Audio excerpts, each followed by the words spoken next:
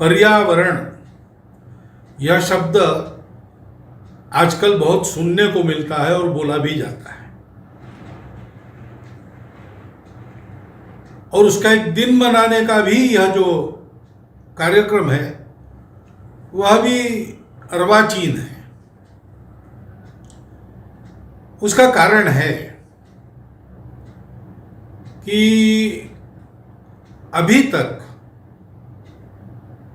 दुनिया में जो जीवन का तरीका था या है, अभी भी बहुत मात्रा में है, प्रचलित है, वो तरीका पर्यावरण के अनुकूल नहीं है।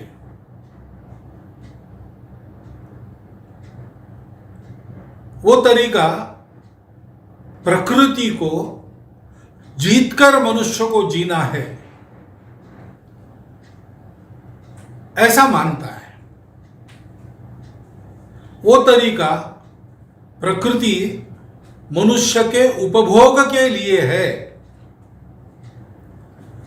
प्रकृति का कोई दायित्व मनुष्य पर नहीं है, मनुष्य का पूरा अधिकार प्रकृति पर है, ऐसा मानकर जीवन को चलाने वाला वो तरीका है। और ऐसा हम गत 200 साल से जी रहे हैं, 250 साल से जी रहे हैं।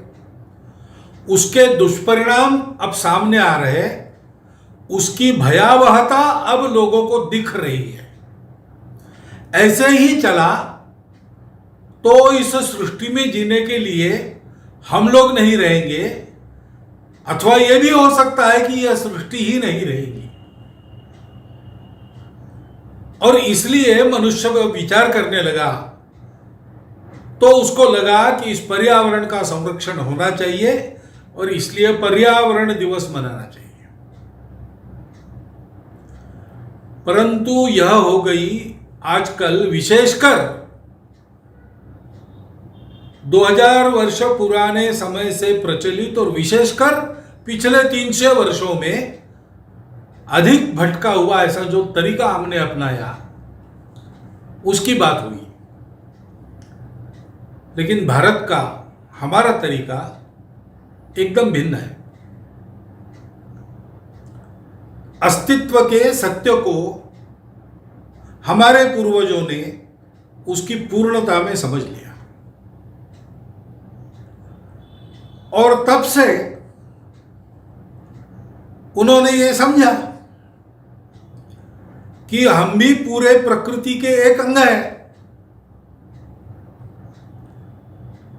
शरीर में जैसे शरीर के सब अंग काम करते हैं तब शरीर चलता है, और जब तक शरीर चलता है तब तक ही शरीर का कोई अंग चल पाता है।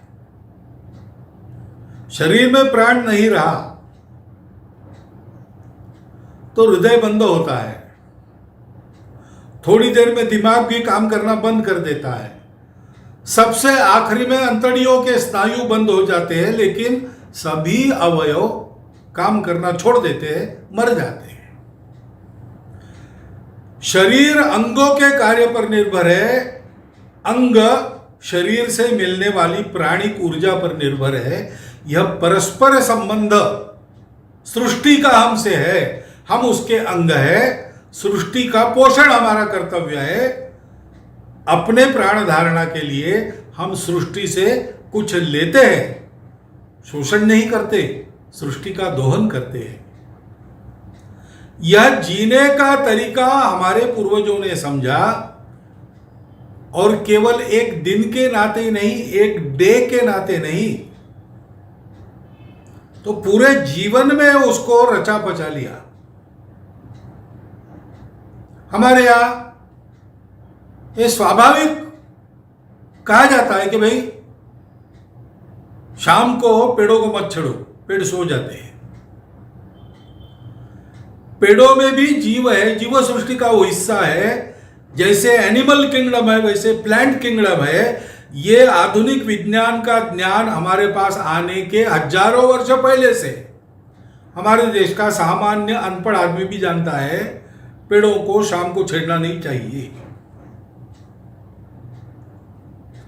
अपने जीवन के तरीके में क्या करना क्या रहना सारा अनुस्यूत है। हमारे यहां रोज चींटियों को आटा डाला जाता था। हमारे यहां घर में गाय को गोग्रास, कुत्ते को श्वान बलि, पक्षियों को काक बलि, कृमि कीटकों को लिए बलि, और अतिथि भूखा कोई गांव में है उसके लिए ऐसे 5 बलि चढ़ाने के बाद गृहस्थ भोजन करता था। ये बलि यानी प्राणी हिंसा नहीं थी, ये बलि यानी अपने घर में पका हुआ अन्न इन सबको देना पड़ता है। इन सबका पोषण करना मनुष्य की जिम्मेवारी है, क्योंकि इन सब से पोषण मनुष्य को मिलता है। इस बात को समझकर हम जीते थे, इसलिए हमारे यहां नदियों की भी पूजा होती है, हमारे यहां वृक्षों की भी, पेड़ पौधों की, तुलसी की पूजा होती है, हमारे यहां पर्वतों की पूजा प्रदक्षिणा होती है, हमारे यहां गाय की भी पूजा होती है, सांप की भी पूजा होती है।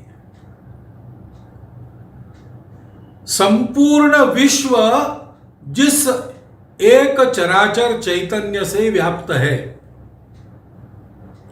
उस चैतन्य को सृष्टि के हर वस्तु में देखना, उसको श्रद्धा से देखना, आत्मीयता से देखना, उसके साथ मित्रता का व्यवहार करना और परस्पर सहयोग से सबका जीवन चले, ऐसा करना, ये जीवन का तरीका था। भगवद गीता में कहा है परस्परम भावयंतम, देवों को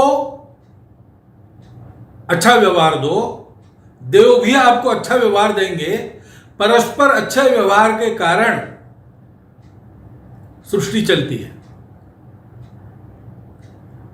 इस प्रकार का अपना जीवन था, लेकिन इस भटके हुए तरीके के प्रभाव में आकर हम उसको भूल गए। इसलिए आज हमको भी पर्यावरण दिन के रूप में इसको मनाकर स्मरण करना पड़ रहा है। वो करना चाहिए, अच्छी बात है, ऐसा स्मरण हर घर में होना चाहिए। ऐसे स्मरण का हमने प्रवर्तित किया हुआ इस साल का 30 अगस्त होगा, लेकिन हमारे यहां नागपंचमी है, हमारे यहां गोवर्धन पूजा है, हमारे यहां तुलसी विवाह है। इन सारे दिनों को मनाते हुए, आज के संदर्भ में उचित ढंग से मनाते हुए, हम सब लोगों को इस संस्कार को अपने पूरे जीवन में पुनर्जीवित और पुनर्संचरित करना है, जिससे नई पीढ़ी भी उसको सीखेगी, उस भाव को सीखेगी। हम भी इस प्रकृति के एक घटक है, हमको प्रकृति से पोषण पाना है, प्रकृति को जीतना नहीं। हमको स्वयं प्रकृति से पोषण पाकर प्रकृति को जिलाते रहना है। इस प्रकार का विचार करके आगे पीढ़ी चलेगी, तब ये विशेषकर पिछले 300-350 वर्षों में जो खराबी हुई है, उसको आने वाले 100-200 वर्षों में हम पाट जाएंगे। सृष्टि सुरक्षित होती, मानव जाति सुरक्षित होगी, जीवन सुंदर होगा। इस दिन को मनाते समय ये केवल कोई अपना एक मनोरंजन का कार्यक्रम हम कर रहे हैं ऐसा भाव न रखते हुए, संपूर्ण सृष्टि के पोषण के लिए, अपने जीवन को सुंदरता पूर्ण बनाने के लिए, सबकी उन्नति के लिए हम ये काम कर रहे हैं, ऐसा हमको भाव मन में रखना चाहिए। और आंखें खोलकर इस एक दिन का संदेश साल भर पूरे जीवन में छोटी छोटी बातों का विचार करते हुए अपने आचरण में उतारना चाहिए, ऐसा मुझे लगता है। इस चिंतन को आपके विचार के लिए आपके सामने रखता हूँ। इस दिवस की आपको शुभकामनाएं देता हूँ और मेरा कथन समाप्त करता हूँ।